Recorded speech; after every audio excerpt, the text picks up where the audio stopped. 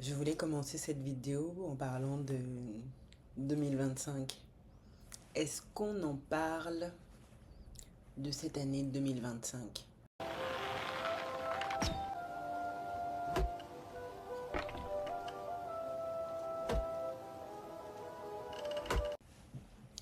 L'année 2025, ce n'était pas de se précipiter dans le changement, c'était surtout être à l'écoute, d'être attentif réellement.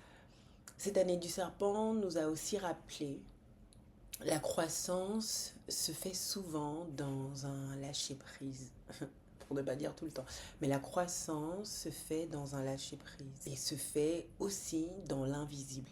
Et le lâcher-prise n'est pas une fin, mais plutôt une préparation sur ce qu'il y a à l'avenir. 2025 n'a pas été une année Pinterest. Tout est joli, tout est beau, tout ça. C'est pas une année qui a été lisse, pas été parfaitement alignée, spirituelle, joyeuse, parfaite tous les jours, non, pas du tout. Il y a eu des moments où tu as tenu bon et il y a des moments où tu as juste tenu, des moments où tu savais exactement où tu allais et d'autres moments où tu as avancé plutôt à l'aveugle avec la petite boule au ventre que personne ne voit, mais bon voilà, t'as tenu. Donc avant de parler de vision, de gratitude, d'abondance que je pourrais souhaiter pour toi, pour nous, sur cette nouvelle année, j'ai envie qu'on commence avec l'honnêteté émotionnelle. Très important pour moi, très important pour cette chaîne, pour ce que je partage ici, c'est l'honnêteté émotionnelle. Parce que au final, faire le bilan d'une année, euh, c'est pas seulement faire la liste des réussites. C'est super de faire la liste des réussites, ça veut déjà dire que tu as la capacité d'aller voir ce qui est de positif, voilà, ce qui te rapporte, ce qui t'a apporté de la joie sur cette année, donc c'est très important. Mais pour moi, faire le bilan de l'année, c'est réellement aller se rencontrer, là où on est vraiment. Regarder vraiment où on en est. En première position, je vais t'inviter à te poser une question claire. Qu'est-ce que cette année m'a demandé de traverser? Toi, ce que toi tu sais que tu as traversé cette année. Donc réponds à cette question. Prends un temps, tu prends un stylo et tu écris. En deuxième position, je vais te proposer de regarder qu'est-ce que tu veux laisser en 2025. On parle toujours, enfin, je sais pas pour vous, hein, on parle toujours de ce qu'on veut attirer, ce qu'on veut, l'abondance, la richesse, l'argent, l'amitié, l'amour. On parle toujours de ce qu'on veut attirer, mais on oublie aussi de parler de ce qu'on veut déposer en fait, de ce qu'on veut laisser, de ce qui ne nous sied plus, de ce qui ne nous va. Pose-toi sincèrement la question. Qu'est-ce que je n'ai plus envie d'emmener avec moi dans cette nouvelle année? Les jeux de vrai, les loyautés invisibles, tu cherches, il n'y a personne.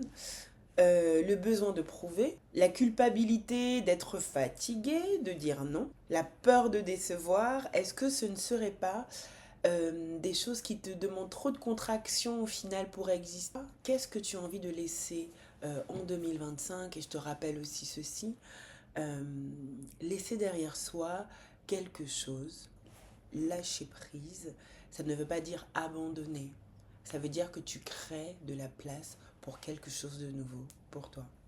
En 3, qu'est-ce que 2025 t'a appris? Même si tu voulais pas, surtout ce que tu voulais pas savoir d'ailleurs, surtout ce que tu voulais pas savoir, qu'est-ce que 2025 t'a appris? Peut-être que tu as été plus résiliente que tu ne le pensais. Peut-être que tu as appris à poser une limite. Peut-être tu as compris que ton rythme est sacré. Peut-être que tu n'es plus prête à te trahir pour être aimée. Qu'est-ce que cette année 2025 t'a appris sur toi? Souvent, la sagesse, elle n'arrive pas toujours avec des paillettes. Parfois, elle porte un jogging avec des cernes sous les yeux, vêtements qui sont peut-être pas très bons, mais la sagesse, elle arrive quand même. En quatrième position, je vais t'inviter à regarder 2025 avec un regard plus doux. Ça a été une année essentielle. Si tu devais regarder 2025 comme une amie que tu aimes profondément, qu'est-ce que tu lui dirais? Est-ce que tu lui dirais tu as fait de ton mieux? Est-ce que tu lui dirais tu as traversé beaucoup. Est-ce que tu lui dirais, tu n'as rien à prouver? Et si ce regard de bienveillance, tu te l'offrais à toi-même, qu'est-ce que tu te dirais pour toi, pour cette année? En 5e position, qu'est-ce que tu choisis de garder? Qu'est-ce que tu choisis de garder précieusement? Tout n'a pas toujours été super. Même dans des années difficiles, il y a des pépites. Pépites! C'est quoi ta pépite de 2025? Une prise de conscience, une rencontre, un moment de joie inattendue, une version de toi plus vraie? Qu'est-ce que 2025 t'a apporté que tu veux garder précieusement? Qu'est-ce que tu veux honorer avant de tourner la page? Qu'est-ce que tu honores? En dernière place, en 6e place, je vais t'inviter à une gratitude consciente et une abondance incarnée. Gratitude, c'est pas dire que tout va bien, t'aurais pu être pire, je ne devrais pas me plaindre. C'est pas ça la gratitude. La gratitude, c'est de pouvoir dire que même dans ce qui t'est arrivé, même dans ce que je n'ai pas souhaité, même dans ce que je n'ai pas attendu, j'y ai trouvé des ressources, je me suis trouvée et j'ai été soutenue et je suis encore là. L'abondance, elle commence exactement là.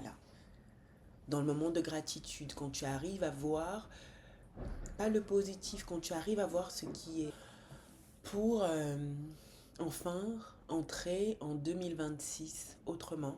Pas en courant, pas en te faisant des fausses promesses, mais plutôt, non pas non plus d'ailleurs, non pas en te promettant une meilleure version de toi-même. El famoso, les fameux, ça s'appelle comment? Les résolutions du nouvel an. That is not happening right now. Est-ce qu'on peut juste entrer en 2026 avec une intention qui est plus claire, avec une intention qui est plus consciente, avec une intention qui est plus ancrée, avec une intention qui est plus respectueuse de ton rythme. Avec cette intention simple, je dis, je choisis une vie qui me ressemble, même si elle ne ressemble pas à ce que l'on attend de moi. Je choisis une vie qui me ressemble, même si elle ne ressemble pas à ce que on pourrait attendre de moi. 2026, c'est l'année du cheval. L'année du cheval est donc une année qui est synonyme de mouvement, de courage, d'élan. L'élan du cheval, tu vois ou tu vois pas? Là où l'année du serpent est venue révéler la vérité, le cheval, lui, il nous invite à agir en conséquence. Qu'est-ce que tu as vu en 2025? Qu'est-ce qui t'a été révélé en 2025? Et qu'est-ce que tu vas appliquer? Qu'est-ce que tu vas mettre en place en 2026? That is your question. Donc 2026 nous invite à faire confiance à notre intuition, à privilégier la liberté à la familiarité, avancer avec audace vers ce qui nous semble juste. Isn't it beautiful? C'est une année d'incarnation, j'en ai parlé, d'incarnation, c'est une année d'incarnation, c'est une année d'épanouissement, c'est une année où la clarté se concrétise dans tes actes, une année où la clarté se concrétise en action, et où la confiance vient nourrir la passion. La mue est, laisse-moi faire comme ça, la mue est terminée. Maintenant, place à l'élan. Soldier boy. Comment est-ce qu'on prend l'élan même? Le cheval. Comment est-ce que je vais réussir à couper ça, moi? On va voir.